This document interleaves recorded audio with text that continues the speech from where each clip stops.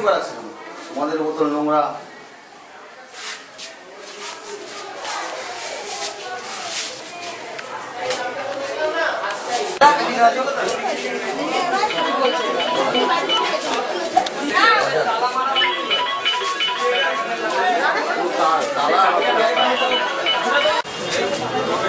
Direct নে, camera থেকে নে।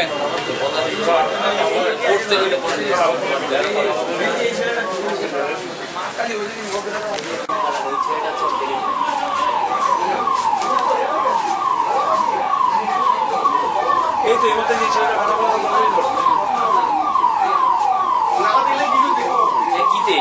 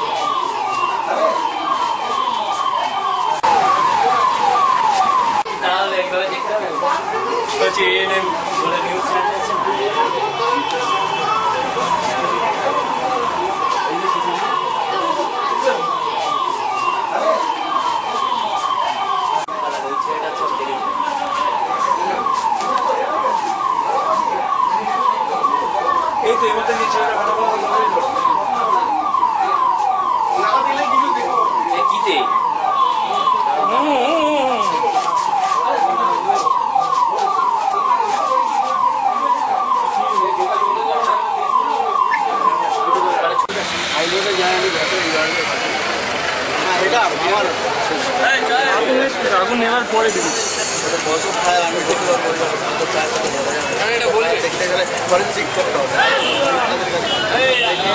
এই সেন্টারটাকে উঠিয়ে দেওয়ার জন্য প্রমোটার এবং এখানকার যারা একাংশ, এই বিল্ডিং এর একাংশ সবাই, কি সেন্টার আমাদের এই যে চ্যারিটেবল অর্গানাইজেশন নিমত অমিতাভ বসু স্বাস্থ্য কেন্দ্রের যে আমাদের যে এই সেন্টারটা রয়েছে ডায়াগনস্টিক সেন্টারটা, এটাকে উঠিয়ে দেওয়ার জন্য এখানকার প্রমোটার এবং হচ্ছে এখানকার কিছু আদিবাসীদের কিছু অংশ যারা এই ফ্ল্যাটে আছে, সবাই না, তারা চাইছিল যে এখান থেকে এটাকে উঠিয়ে দেওয়া যায়।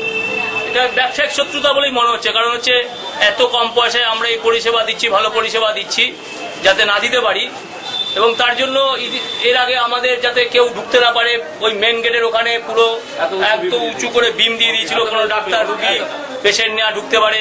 হ্যাঁ, আমাদের সিসিটিভি লাইন আমাদের ছিল, এখনো কাটা আছে সিসিটিভি লাইন কেটে দিয়েছে, টেলিফোনের তার কেটে দিয়েছিল। এই নিয়ে আমরা কোর্ট কাছারি করেছি, এবং এই প্রমোটার এবং এখানকার হচ্ছে বললাম যে মানে এখানকার যারা ফ্ল্যাটে যারা অধিবাসী তাদের একাংশ, আমি কিন্তু বারবার করে বলছি একাংশ, তারা এটা করছে, যার জন্য এই অবস্থায় এটাকে দেখছেন আপনারা, যাতে এখান থেকে কেউ বেরোতে না পারে।